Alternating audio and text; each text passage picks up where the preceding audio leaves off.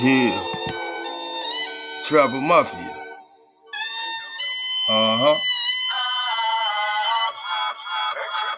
Picture me rolling, but the car ain't stolen. Pistol still smoking from all that ammo my gun was disposing. Guess he ain't noticed the angel right beside me was guiding every stroke of the trigger, reason controlling my breathing. You choose to create a situation blindly, you enter in the threat, we gon' neutralize it, and I promise you leaving. Got that though Indian blood up in my family tree. Preach king lineage, Naga truly descent from chiefs. Feature creature, when he's speaking, he sounds just like a preacher. Words spoken, flowing like poetry, penetrate deeper. Alright, say no more, say no more, 9 spiral. Alright, let's cook a bit. Coffee and kush session. Alright, now what I wanted to do was touch back, kind of do like a revamped version of the 1881 Cotton Exposition in Georgia, my home state. All right, and so it's kind of near and dear. But yourself, Groovy, Tribal Mafia, where y'all at? All right, let's crank this thing back up.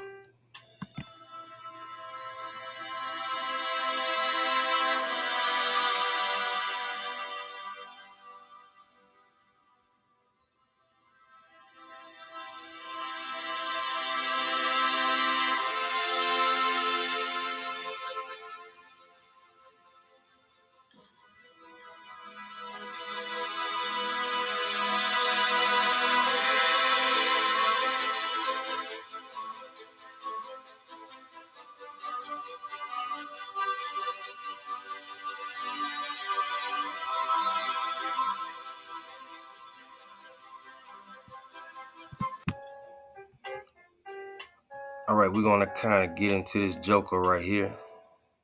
All right. Basically, you know what I'm saying? What we're gonna do is some good old fashioned observation. All right. In the hood is, you say put eyes on them. You know what I'm saying? Sit on them. I mean sit and watch them. All right. And I tell you what we can do. Give me one sec. All right. This video is for anybody, but I'm gonna talk to Israel for a minute. All right. So we're going to just talking to Israel. We're going to approach the subject matter in reference to Proverbs chapter 1, verse 1 through 7. The Proverbs of Solomon, the son of David, king of Yisrael, to know Amma, all right? Amma, your mother above, an instruction to perceive the words of understanding, to receive the instruction of wisdom, justice, judgment, and equity. This is Abba talking here. All right, because what's unique about Proverbs, they go to bat for each other. And so you can kind of see the family affair that we're dealing with, parents above.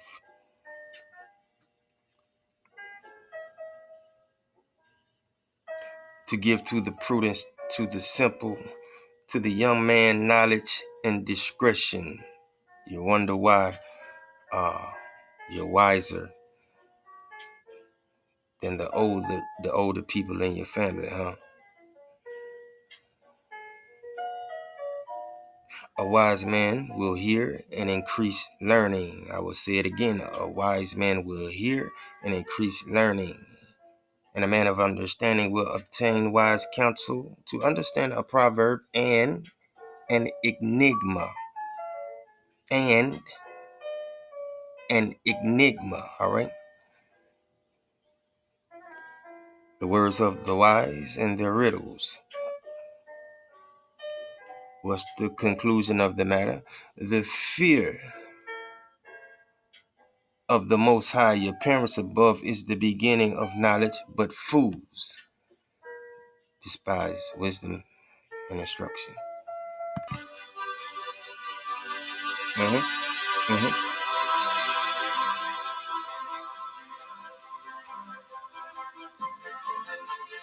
Mm-hmm. All right, y'all, coming up in this different years, right? 1881, 1895, 1860 something.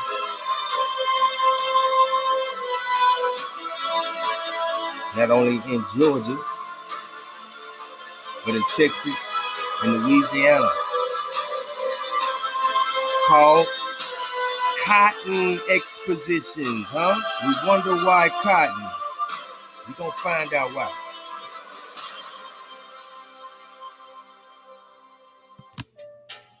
All right, let's cut through this thing right here, man.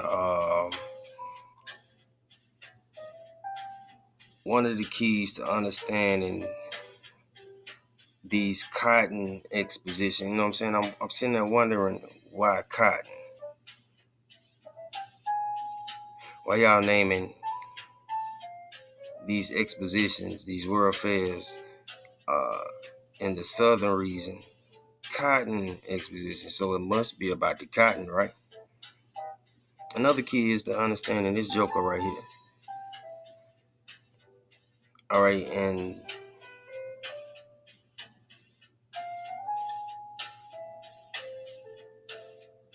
in my understanding, the key, the reason why we're able to put these pieces back together, one of the reasons is because we know the correct narrative. All right, we've been given a narrative from them, which is screwed 10 times over. All right, and so they have you focus on this skin color here, but you can't just focus on this skin color. You got to focus on this skin color also. All right, because Psalms 83, we're talking about a confederacy against one people. You see, Israel, you've been discontinued from your heritage. All right, Jeremiah 17, 1 through 4. The sin of Judah, I say the sin of Judah, is written with a pen of iron, with the point of a diamond. It is engraved on the tablet of their heart and on the horns of your altars, while their children remember their altars, their wooden images by the green trees on the high hills. O my mountain in the field, I will give you as plunder your wealth, all your treasures, and your high places of sin within all your borders, and you, even yourself, Israel, shall let go of your heritage which I gave you, all right, your parents above, and we will cause you to serve your enemies in the land which you do not know. Oh, but now we do, huh? Now we do. And so, also, what we're saying is, uh,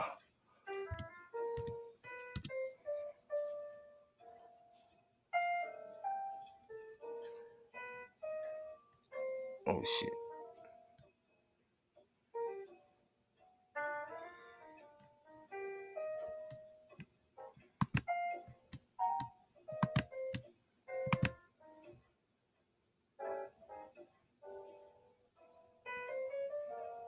That was a blooper. All right, we're back. All right. That was a damn blooper. All right, and so what we're saying, Psalm 83, Do not keep silent, all right? This is what we're saying. This is what your ancestors are saying, all right? Do not keep silent, O Hawa. Do not hold your peace. Do not be still, O Hawa.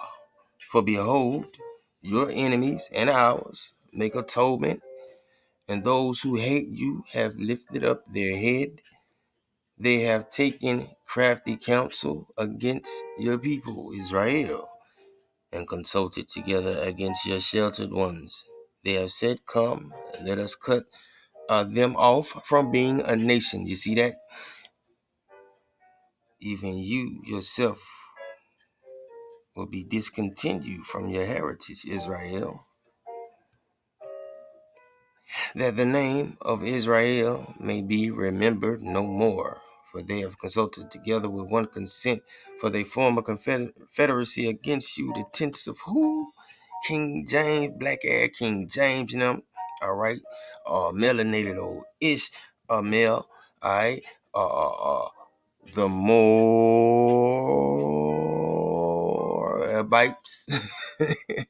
all right, and real Moors claim their heritage, all right. They claim that they're descendants of the ancient Moabites and Canaanites, all right, who inhabited North America. You know how they say, all right. Whoever they are, all these people are federate, man, against one damn nation. Huh? All right, and so all we're going to do is dissect what Mr. Booker T. Washington purpose was. Not what he said, but what his purpose was. What purpose did you serve?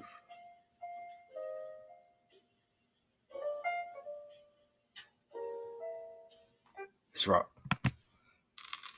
The Atlanta Compromise. Booker T. Washington's famous speech at the 1895 Cotton States Exposition was regarded as a sellout by some Negro intellectuals, but as a brilliant program for... A brilliant program. But what though? What did he say before that? Was considered a sellout by Negro intellectuals. All right. Now, this is what Proverbs is all about right now. I'm thinking if these Negro intellectuals viewed him as a sellout, then how did your ancestors view Mr. Booker T. Washington? Surely we knew he was hijacked and wanted no parts of him. Surely we did. If Negro intellectuals viewed this character right here as a sellout, surely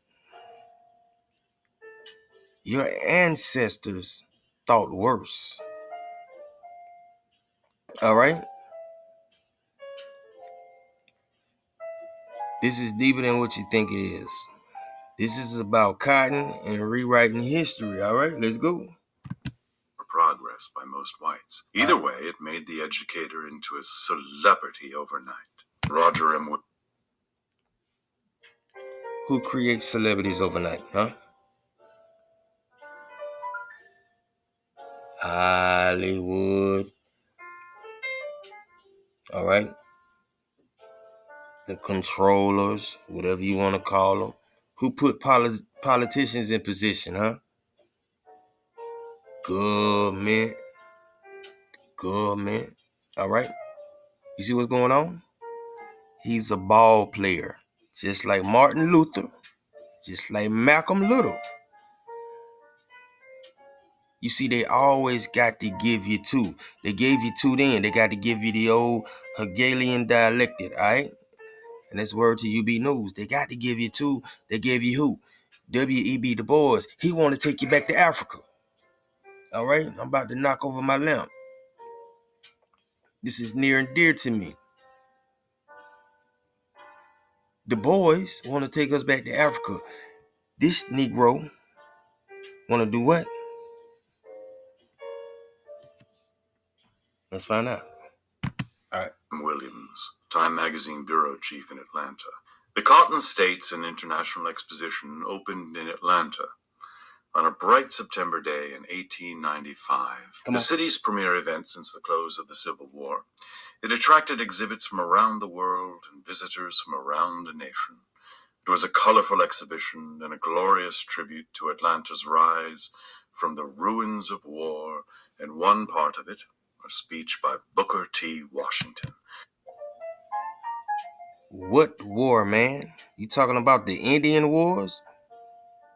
Don't tell me nothing about no Civil War. That was a cleanup operation for the damage.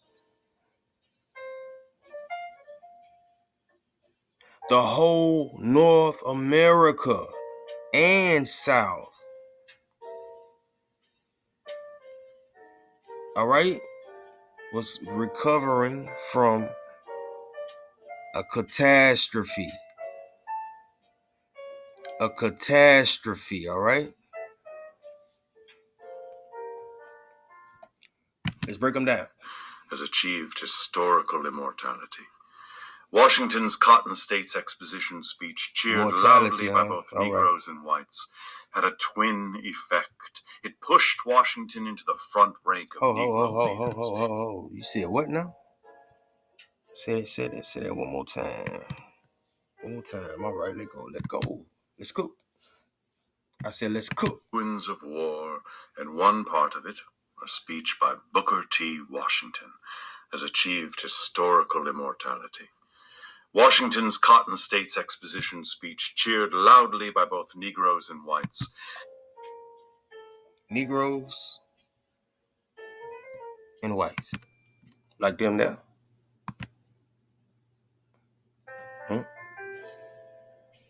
Like these right here. I want you to pay attention to these melanated people right here, all right? Pay attention to how they dress. All right? Sometimes it's the little things, all right? The little things. Negroes and whites. Got it.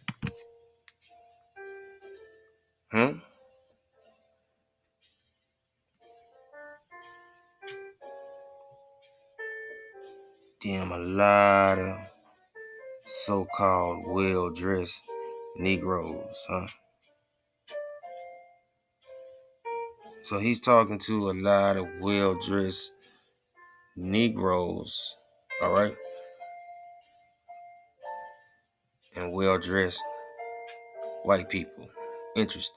Washington into the front rank of Negro leaders, and it made his prescription for Negro progress, hard work, patience, and trust in the effect. It pushed Washington into the front rank of Negro leaders.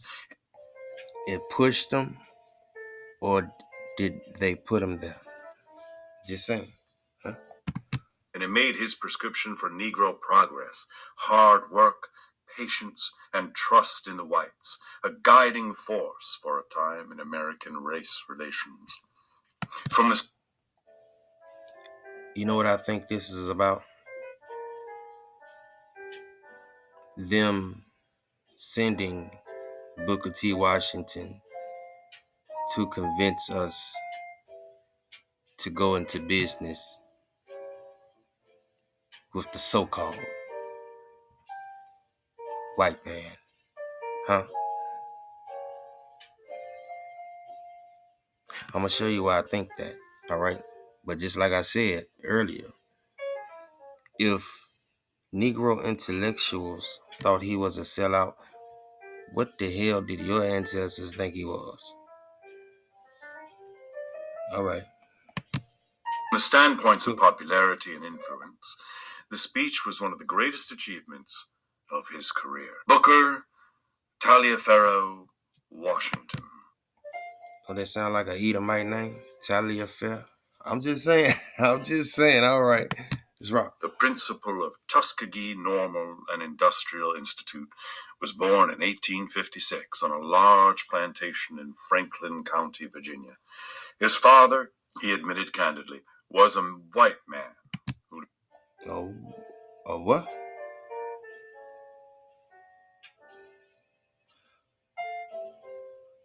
Oh well, that excludes you from being an Israelite. Who lived nearby. His slave upbringing was typically impoverished. Yeah.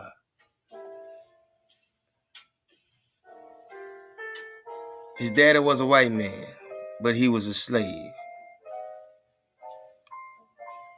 We're not buying it. How about they manufactured you just like they do the rest of them, and I always send them over to the real ones, the real American Indians, huh?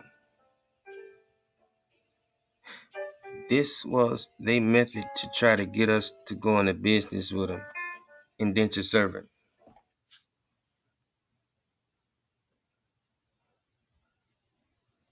That's what Alma's saying to me. There was no floor in the one-room cabin.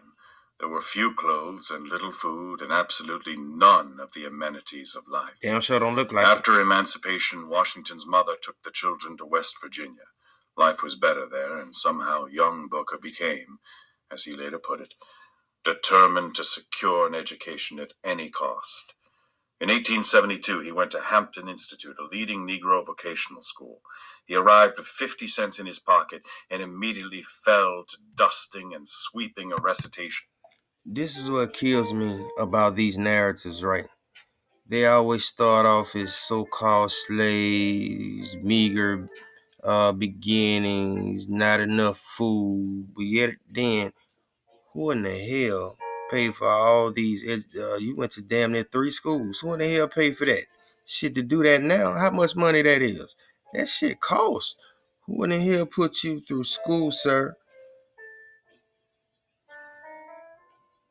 All right. Room to prove his fitness to be enrolled. Washington was a fine pupil. Hampton stressed a practical education for a practical life, and he became imbued with that philosophy. In 1881, the Hampton Principal's recommendation secured Booker T. Washington, age 25, the top position at the newly formed Negro Institute at Tuskegee, Alabama. Tuskegee under Washington became world famous and financially secure. So when you got there in 1881, it magically became financially secure. Okay, all right. We got it. All right. Now, I'm going to show you why I say my theory is that our ancestors did not want to go into business, meaning work for these so-called white people or whoever owned the damn plantation. You see what I'm saying? We have always tried to stay disconnected as scripture teaches us to, all right? Your parents above teaches us, taught your ancestors not to adapt to the nation's customs, because if you do, you will become just like them. All right? Very unhumble. So if Negro intellectuals view Mr. Booker T. Washington as a sellout, surely our ancestor did, right? Because while he was in school at Tuskegee in 1881, the International Cotton Exposition was popping off. World's Fair, all right?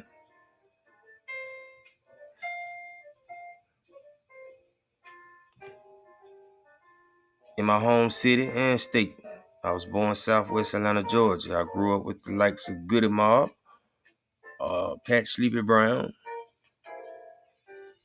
you name it. Carlos was my OG. Y'all know him as CeeLo.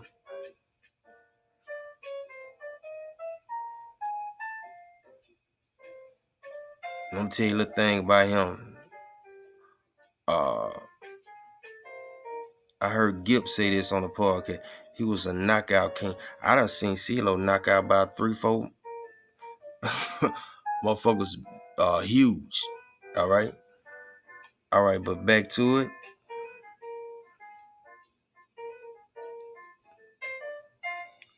So we knew Booker T was hijacked. They sent him, right? They sent him to try to influence us to go into business with them because of this right here, cotton.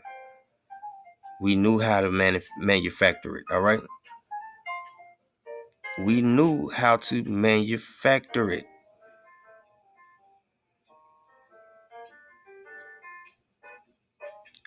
And them damn cotton gins been there, all right? Didn't no damn Eli Whitney invent no cotton gin. That shit been there, and I'm gonna show you. But this is why I believe we was going against the grain, and we did not want to become indentured servants and go into business and work for these motherfuckers. We probably knew they was gonna cheat our ass. And that's exactly what happened. Because all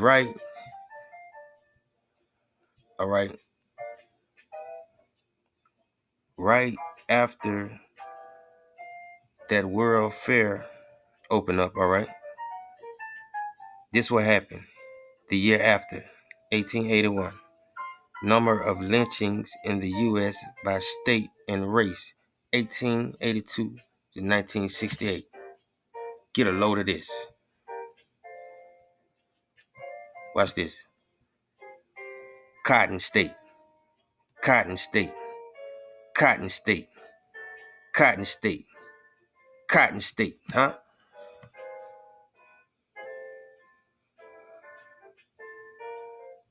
All of a sudden, after 1881,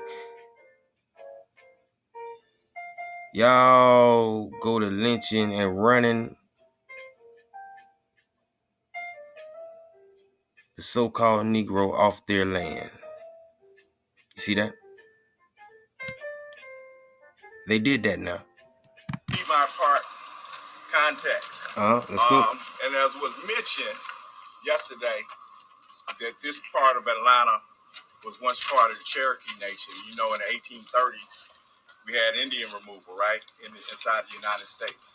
The first white owner of this territory was a Dr. Benjamin Walker, who acquired the property in the 1830s. All right, I'm on my man Nick Pinson page. Y'all subscribe to Nick Pinson on YouTube.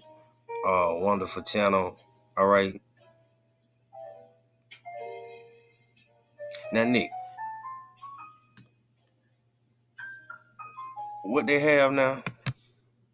Now, they did have missionaries, so don't act like I'm trying to say that they had no idea about this stuff.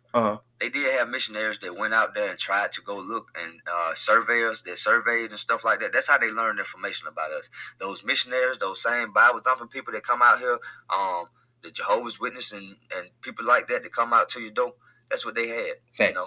Those same people was doing the same thing back then. Okay. And you look at it, and then they started putting the western border over here. All right, now, by the way, the video is called Maps Prove We Are Indigenous. All right, so y'all check it out. Great video. Let's rock. As if they really had it, but it's still Creek and Cherokee land. So how the hell is they? You see what they was doing? They just went and worked around us, and they did what they could do, and they took what they could take. Then they finally started impeding back on us in 1803. Then you got them. That's basically because they was fighting that war from 1803 to 1805. It was just blue, and then it went back to white. Let me go back to the previous. Sorry, man, my computer. I need to get a mouse pad, man. My mouse pad. Me too. Me too. One. But Me you see this right? I ain't got one either. Yeah, they basically just was in this area fighting. That's all that really was. And then they took it. You know. And then they started sectioning it off in 1807. Give me 1 second. All right, we're back. A little technical difficulties. All right, let's get it, Nick. Some more in 1809. Some more in 1811. Some more in 1812. And this is when they got to 1818, when they started going down there. If you look at all these little areas down here, This is when they decided to make their push to fight these areas. These areas was not taken by them, because if you look at the documentation, you see the wars that they was fighting. They was fighting between the Seminoles and everything. And at the same time, remember now, we just passed the War of 1812. Remember that now, when they supposed been having a civil war with the British. Now that's something that I want y'all to look into too, man. When y'all get a little chance, look at the War of 1812, because the national anthem is something that I had made a little SoundCloud video that I had put out about that. But you got to look into it, man, because the War of 1812, they try to say that they had Canadians fighting against Americans in the War of 1812, but yet they teach it to you that it was the British and Americans. And then if you look at the war, you see that Napoleon was actually at war with his own people over there in Britain. So they didn't have the real time, resources, or access to fight a war over here in America. Because they... Not to mention, Nick, the great cataclysm when the comet of 1811 and 1812 hit caused just all kind of massive destruction all across North America, all right? The Madrid earthquakes, all right? Fissures, which is how mud flood is created, all right? And so you see how it's easy to debunk their narrative just sometimes with basic common sense. But you see the push, all right? Where we at 1808, this is still Cherokee land. So as it would seems as they were faking these world fairs and setting up learning centers, because that's all they were. And we're gonna see that. They was lynching, taking the land by what?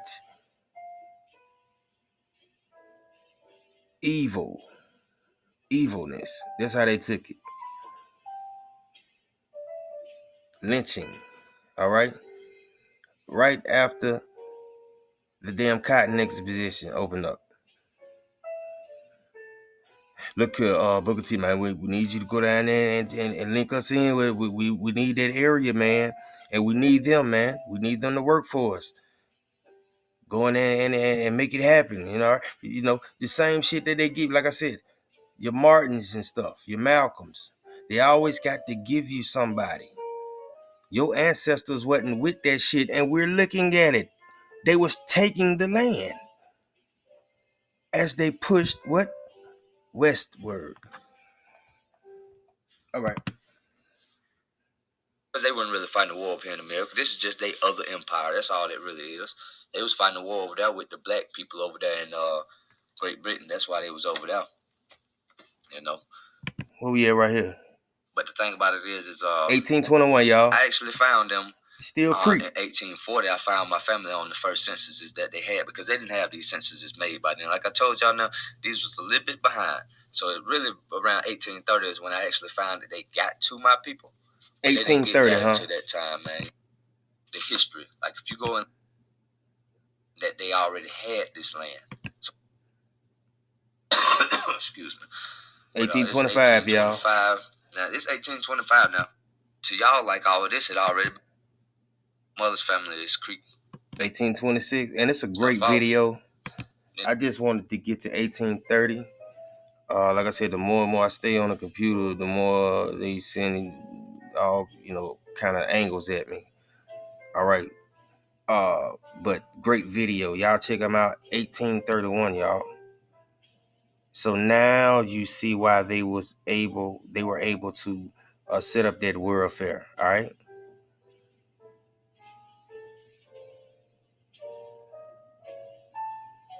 Now you see why.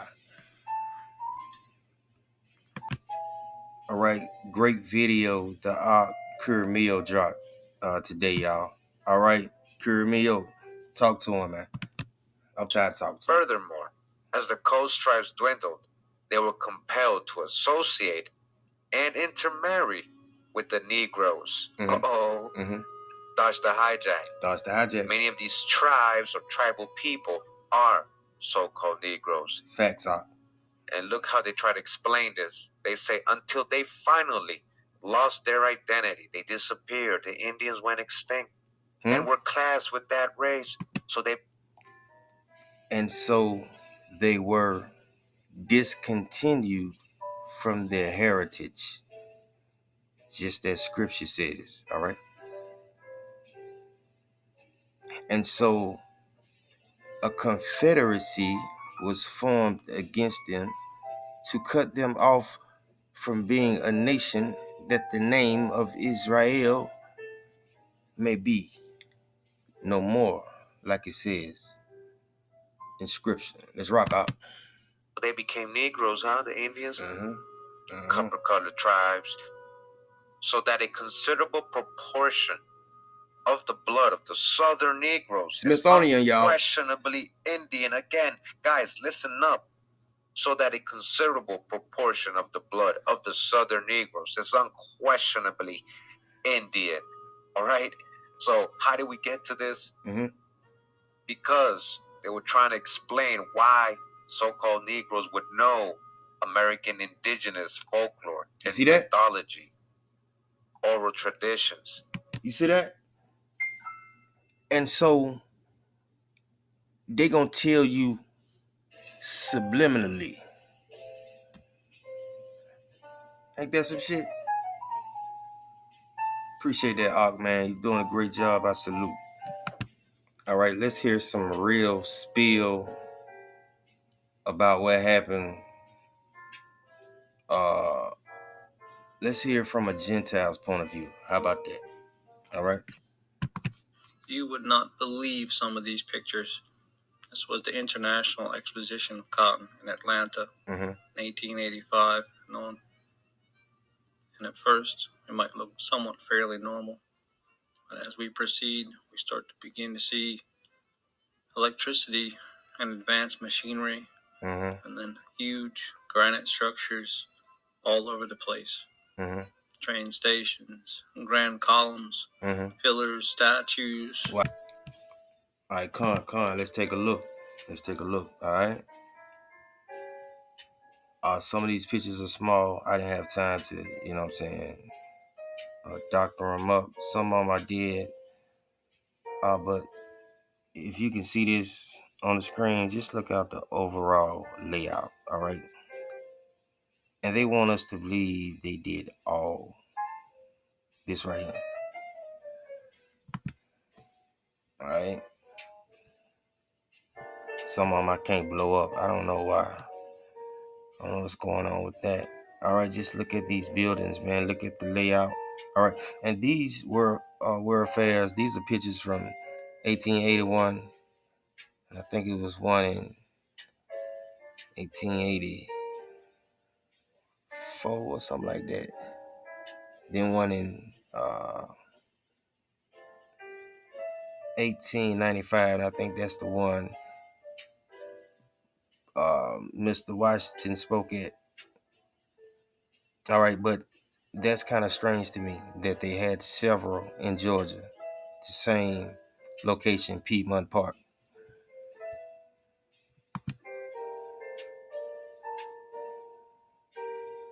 And I've been to Piedmont Park several times, and looking at it now, it's old world. Looking at the steps and stuff like that, and you seeing it back then, it never crossed your mind. It's like, okay, it's some great work.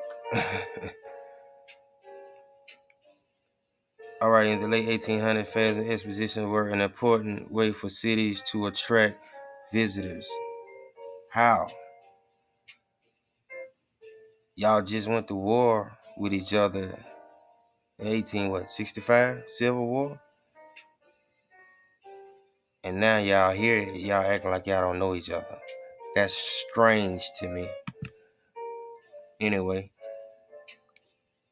1895, Atlanta hosted 800,000 visitors as a way to showcase the economic recovery of the South.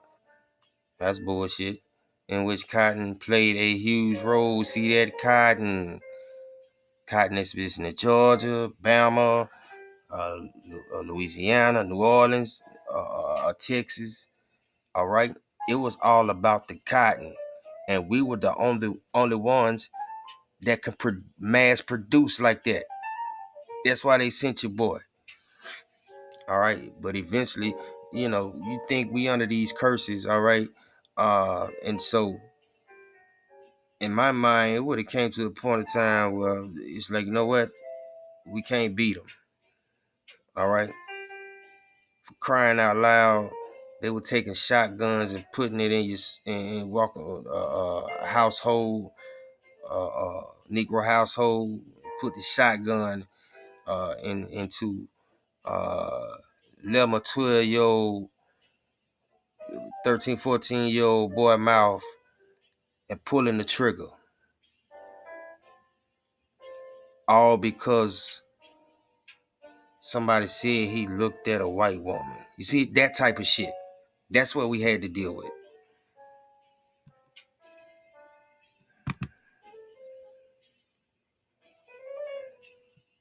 All right, that's small. All right, you see that?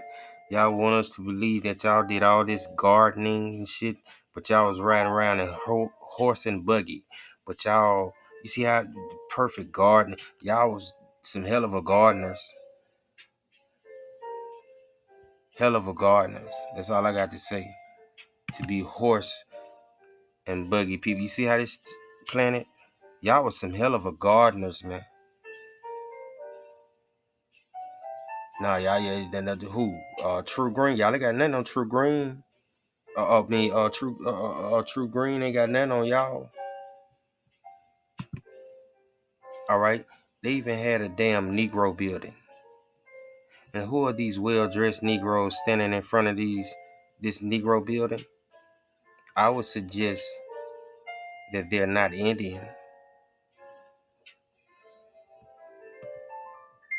Damn, it won't let me blow it up. All right, who is this well-dressed,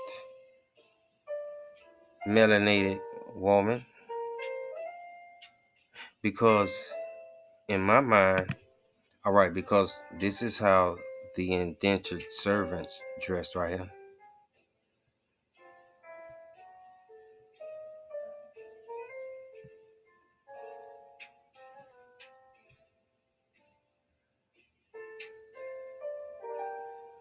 And they look like one of those straw balls, huh? Yeah, see, in my mind, this is how indentured servants dress right here. With an attitude like, damn, I should be in school. Now I gotta work for these white people, huh? Because we still don't see no slavery. Nah, we wasn't no weak-ass people like that. You can't sell us that shit no more. We know who the fuck we are. Because every other nation on the plane or the face of the plane knows except us. Just like it says in scripture. But also, just like it says in scripture and it's prophesied, some of us are going to wake up and remember that we were Indians, Negroes, Afro-American. We're from color to Negro to black to Afro, African American, and right back to nigga. Word to Talib Kweli, huh? And so I'm just showing you simple methods of just common sense. When you look at the whole picture, first you gotta know the narrative. All right, we ain't doing nothing special here at Drop Nation. We just know the correct narrative now. That's all.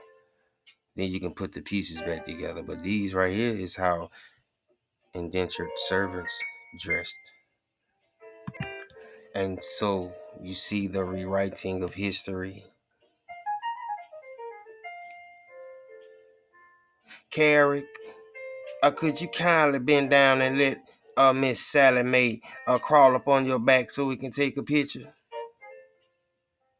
You see the rewriting of history?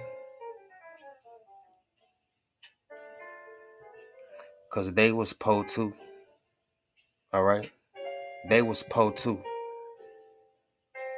And they also had to work for the corporation of Amaru Khan at that time, all right? Your confederacy. They also had to work. They just was treated fairly, and we was treated like shit. That's all. You see, this is how we dressed. This is how our ancestors dressed back then. All right? Not like this. And we're going to see the whole picture in a minute. There he is. Wouldn't you say these people are well dressed in this audience? I mean, just look at her, right? I wish I could blow this one up. I might have already did, but, you know.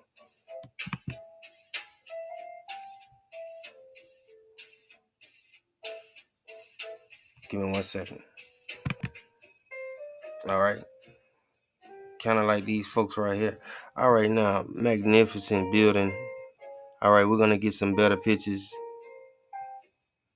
But I just like, the dimensions compared to, where they're situated. You can't, it kind of brings it to life.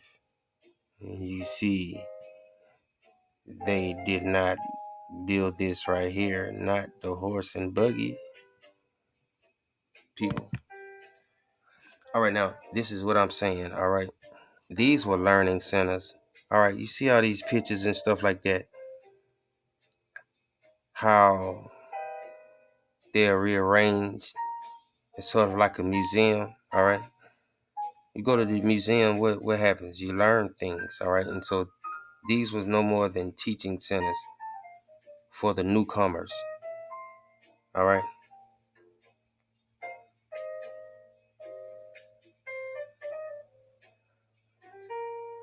Ellis Island, right? 1900, the floodgates opened up, all right? Everybody just started packing in to our land, all right? But that's for a reason, because the Most High said he has a sacrifice.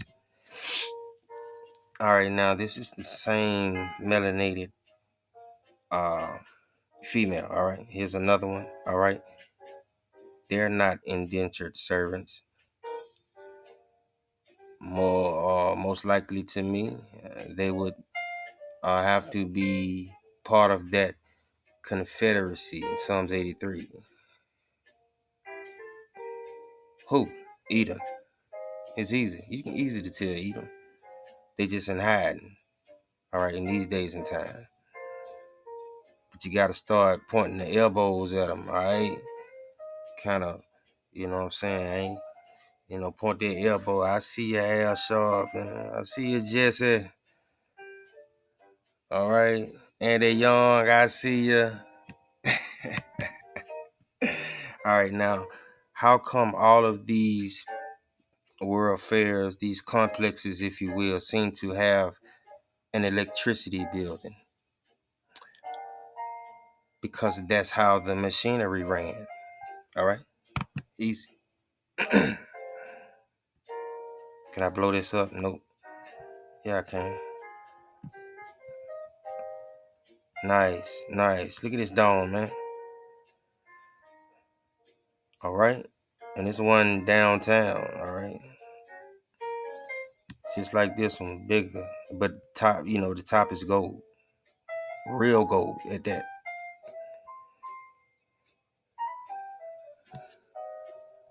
All right, all right.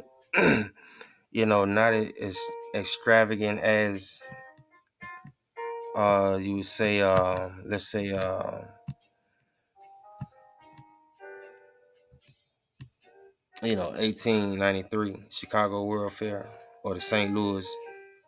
All right.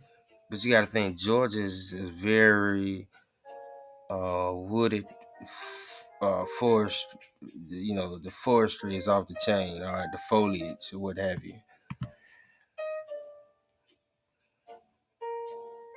Nice. You mean to tell me that And this body of water is still at Piedmont Park. But you mean to tell me that y'all built around this and built the whole bridge? All right, look at this, man.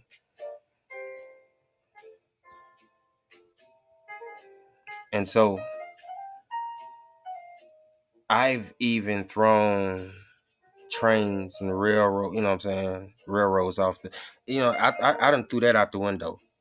All right, if you didn't build these buildings, damn it, you ain't got nothing to do with these trains. That shit was already here. That technology was already here. All right, now take, for instance, like a machine like this. You think Eli Whitney invented this? Look how heavy it is. Nigga, this got to be cast iron. Might even be bolted to the damn floor, all right? This is cast. You know how heavy this is? These things, or the antiquity was already in the building. That's my thinking, all right? Interesting of it. You see that? Wow. I can't blow that one up. I like that right there.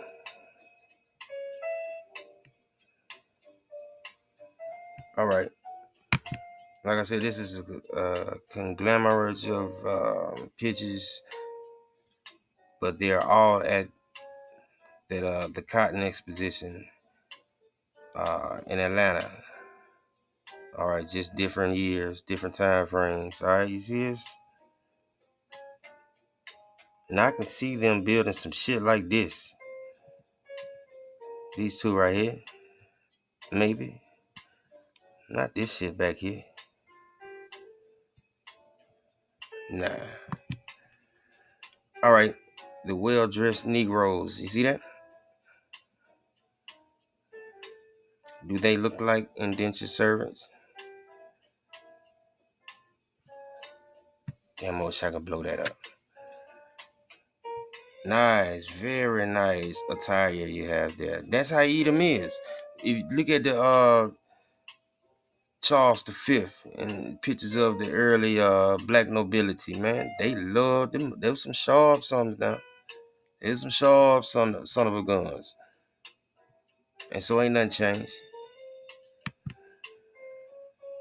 All right, now you see how this is set up? And what struck me, what stood out to me are the pictures. So this is where they can say, this is how such and such looks. This is how such and such. You see the rewriting of history. That's what I'm trying to get at. These were learning centers, man. There you go, pointing the finger. That's that Obama point, huh? Talking to Negroes. Uh-oh, my bad.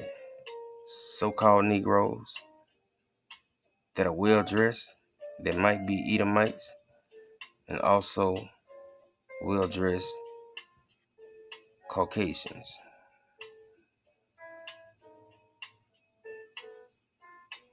Look at them. See, they find them old charismatic son of a guns, and put them in front of people. That's all. All right, this is a bridge I thought was interesting. See the antiquity. Can't blow that one up either. The antiquity. I don't know why I can't blow this shit up.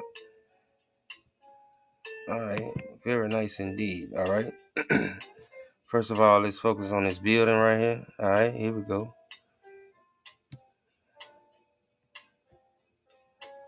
Very nice. All right. Now,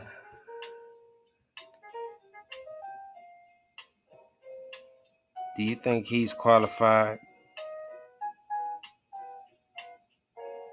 to work in some fashion or form in constructing this structure right here? Look at him. All right.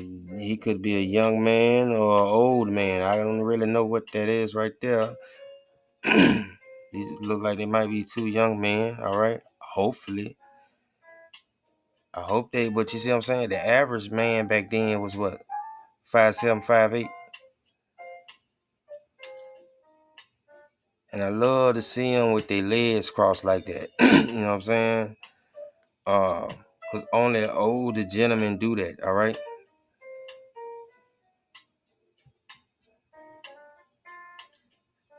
And so this whole group right here,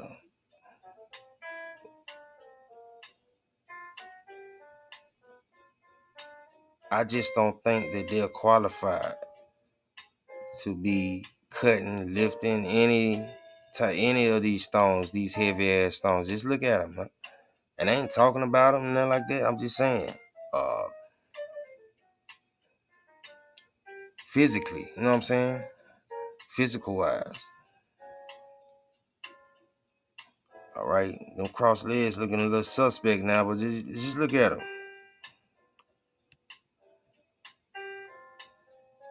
I mean, they're, look at the legs, man. I can wrap down in my hand, around his thigh right here. I can get down there and wrap my hand, you see what I'm saying?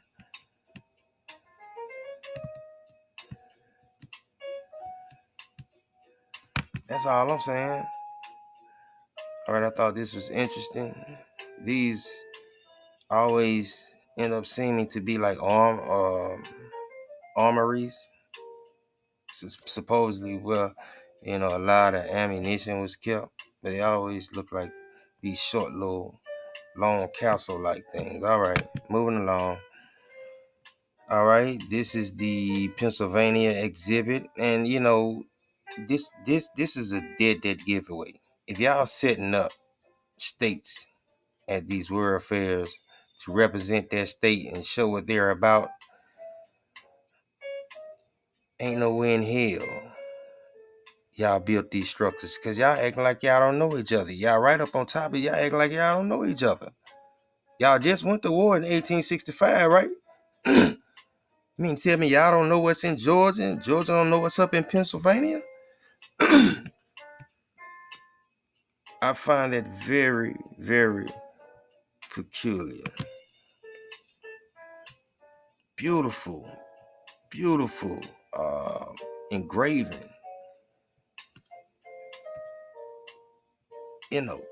I mean, just look at the ornateness of it. Is that, if that's a word? Even this centerpiece here, right?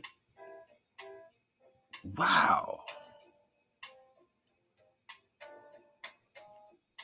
Who in the hell stood up on a tall ass ladder, because they didn't have any cranes now, remember? And etched all this with a hammer and a chisel.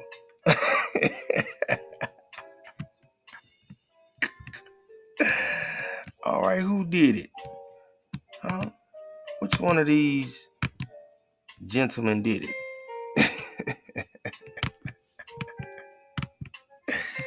This shit is getting weirder and weirder every year. Just gorgeous. Wow, man. Even this right here, just for to put a plant in.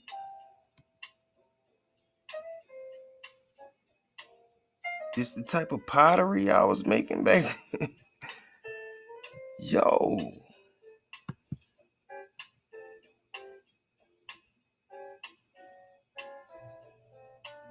All right, look at how large these stones is. Statues, I mean, just beautiful. Very subtle and southern like, you know what I'm saying? It's not as just extravagant as, one of Philadelphia.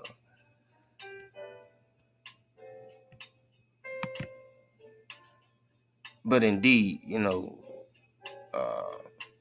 breathtaking. Just breathtaking, the layout. Just the stonework and the statues. This is one of the ones where I've seen,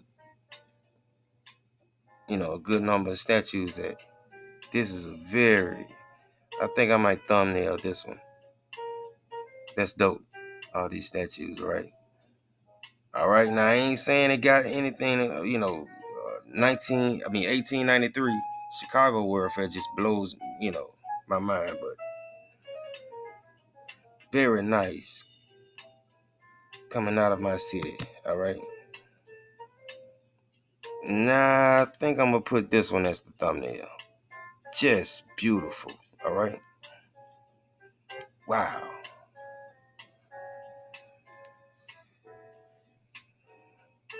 All right, here you got columns, you're right.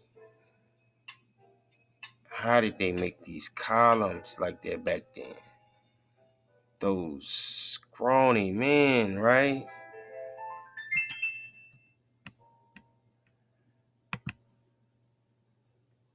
Beautiful, just beautiful, just beautiful. Of course, mud flooded. This, to me, maybe look like it went another 2 stories down.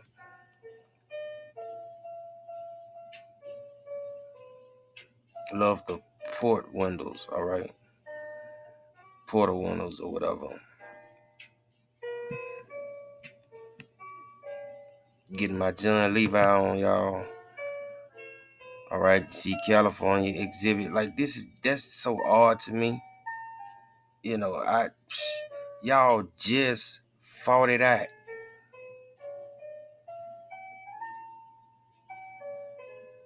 I'm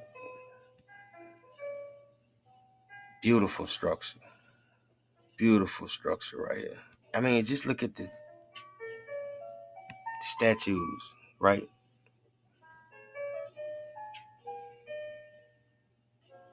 Almost as if they're sectioned off. Very nice.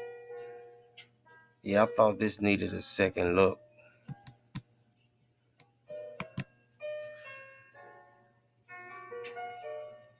Again, you just can't get enough of looking at this structure, right? To me, this is one of the more, just so elegante, all right?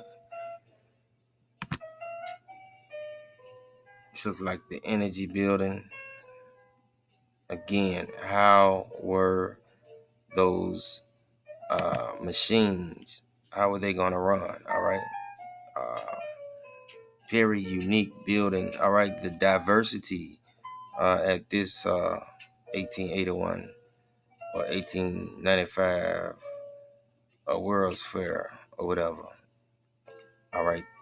We just know it's in Georgia. And why did y'all have to have several of them? Why? Because your ancestors was bucking the system. Hell no, we don't want to go work for them and become no indigent servants. Why? Because we know they gonna cheat us. Why? Because we can't even walk down the street. Hey, you looked at my wife. All right?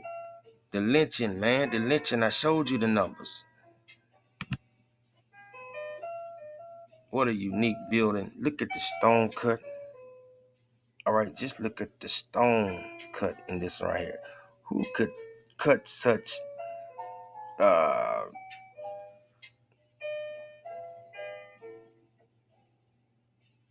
just the width, how slender it is, you know what I'm saying? And fit almost like Lego. Wow.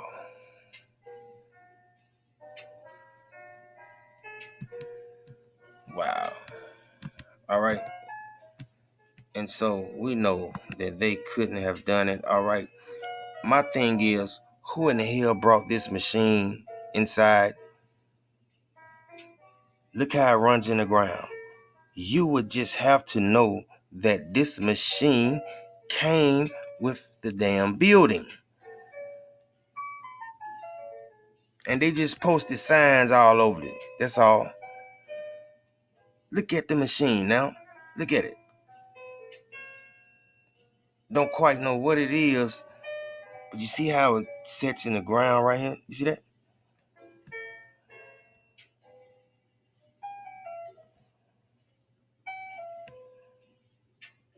See how it runs in the ground like that? And so who in the hell brought this big ass machine look like one piece to me. I don't know. Who in the hell lifted all this cast iron up, man? Or steel, or man, you know.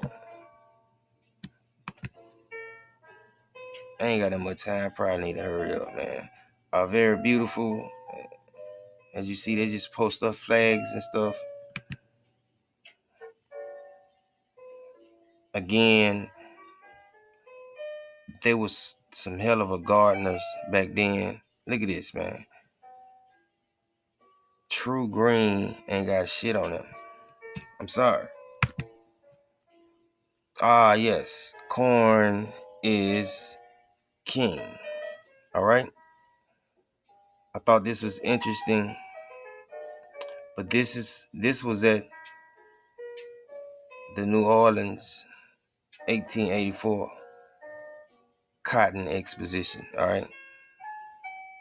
As you see, we have a Masonic symbol.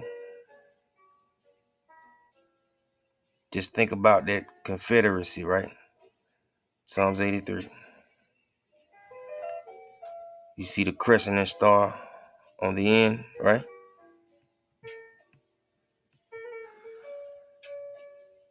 You see 3 chain links, meaning they're Confederate. And could this be, I don't know. Y'all have at it, but who is this joker right here? Who is that joker right there, man? Huh? With a big ass Negro nose. Corn is king, huh? Eat 'em.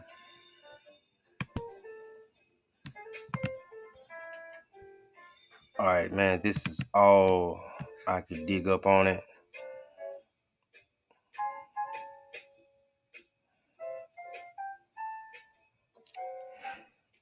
I'm gonna be honest with you. The only thing interesting in me, let's see, the World's Fair Industrial and Cotton Exposition opened in New Orleans on December 16th, 1884. As the largest World's Fair held in the United States to that date, it attracted international attention. Many nations, including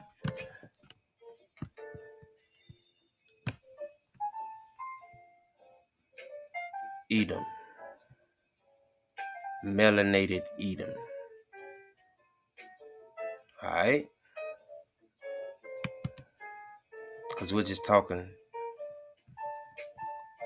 a confederacy. Who is you, man? King James or something?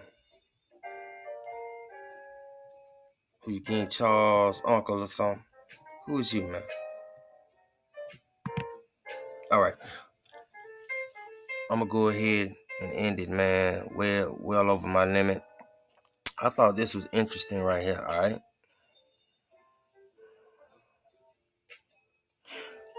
Why would you put slaves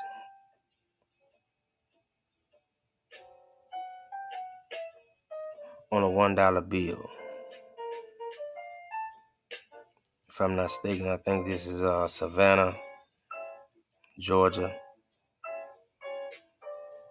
Well, yeah, state, Georgia. But why would you put slaves on a $1 bill? I mean, you know, these are the people that you whip and beat and so-called put muzzles over their face and castrate them. So why would you put them on a $1 bill? Huh? All right. And so this is a Washington, D.C. So, okay, you see that? And so it don't make sense, right? Why would you put slaves who allegedly back then, all right,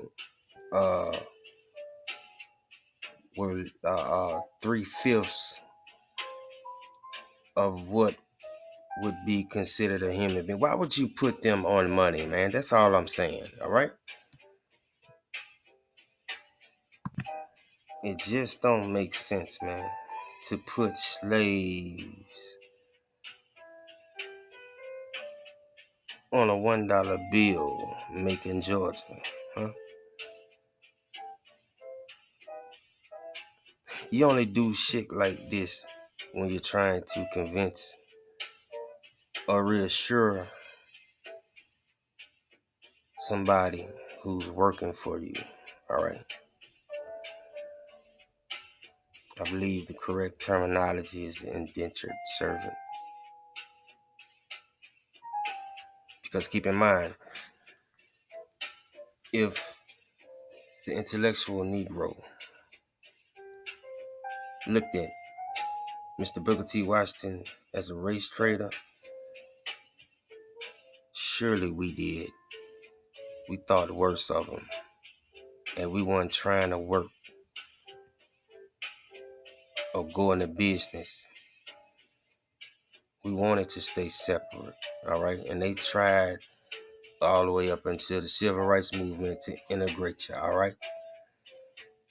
And so what Booker T. Washington did, the same thing Malcolm Martin did. Who knows? Maybe they humbled themselves and said, you know what, I can't go out like that. Who knows? But definitely all these people they dangle in front of you, it's just like Martin said, leading you into a burning house. I feel like I led my people into a burning house, huh?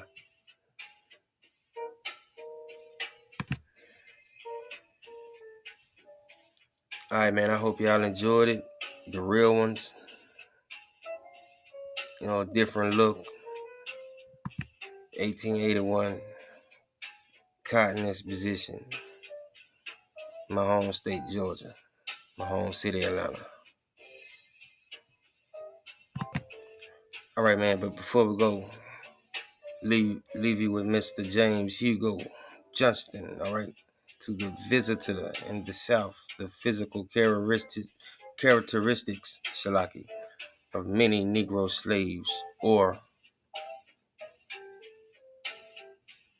indentured servant bore witness to their Indian origin. All right, to Israel, all right, this remnant that the Most High, all right, your parents above are coming back to save. I just want to tell you,